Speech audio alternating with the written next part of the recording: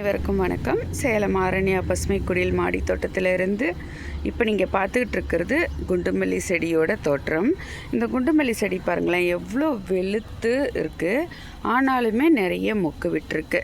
நான் போன வீடியோவில் சொல்லியிருப்பேன், இந்த மாதிரி மொக்கு விட்டுருந்தது அப்படின்னா அந்த பூ பூத்ததுக்கப்புறம் அந்த இதை அந்த மிச்சம் இருக்கிற அந்த காம்பை இந்த மாதிரி இருக்குது இல்லையா, இதில் இந்த 2 பூ பூத்ததுக்கப்புறம் இதை கிள்ளி விட்டுருங்க, இன்னும் நிறைய மொக்கு வைக்கும் அப்படின்னு சொல்லிட்டு.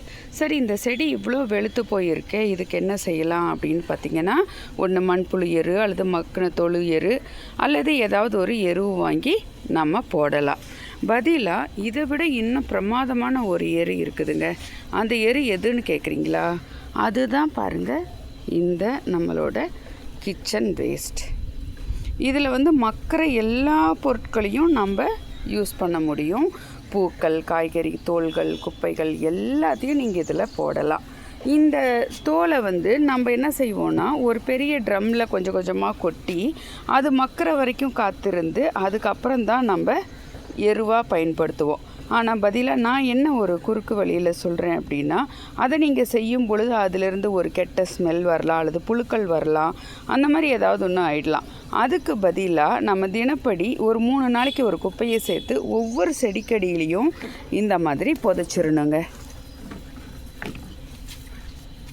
இதில் பார்த்திங்கன்னா முலாம்பழ தோள்கள் இருக்குது, கற்றாழை நம்ம உபயோகித்த கற்றாழை தோள்கள் இருக்குது, காய்கறி கழிவு இருக்குது, இந்த மாதிரி இருக்குது. இதை பூராத்தையும் இந்த மாதிரி போட்டுட்டு கீரைகள் ஆஞ்சது இருக்குது, மாலைகள் இருக்குது, எல்லாத்தையும் இது மாதிரி போட்டுட்டு இது மேலே நம்ம இதை குழி தோண்டியிருக்கோம் இல்லையா, இந்த மண்ணை இப்படி மூடிட வேண்டியதுதான். இந்த மண்ணை இப்படி மூடிடுறதுனால நம்மளுக்கு எந்த விதமான பூச்சிகளோ அல்லது அதிலிருந்து துர்நாற்றங்களோ எதுவுமே வராது.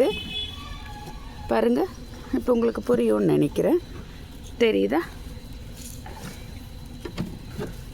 இந்த மாதிரி நம்ம மூடிக்கிட்டே இருந்தோம் அப்படின்னா ஒரு கட்டத்தில் இது மக்கி இந்த செடிகளுக்கு அருமையான எருவாக மாறிடும். இப்போ நம்ம 3G கரைசல் அப்படின்னு சொல்லிட்டு பூண்டு, இஞ்சி, மிளகாய் இதெல்லாம் போட்டு நம்ம கரைசலாக தெளிப்போம்.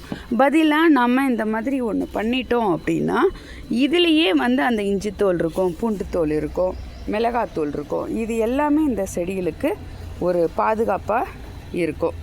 அதுக்காக தான் நம்ம இப்படி எளிமையான முறையில் ஒரு வீட்டு தோட்டமாச்சு நம்ம வீட்டில் விளையிற குப்பையை நம்ம ஒரு செடிக்கடியில் போடும் பொழுது இது பாருங்கள், இன்னொரு 15 நாள் கழித்து நான் இந்த செடிகளை காமிக்கிறேன்.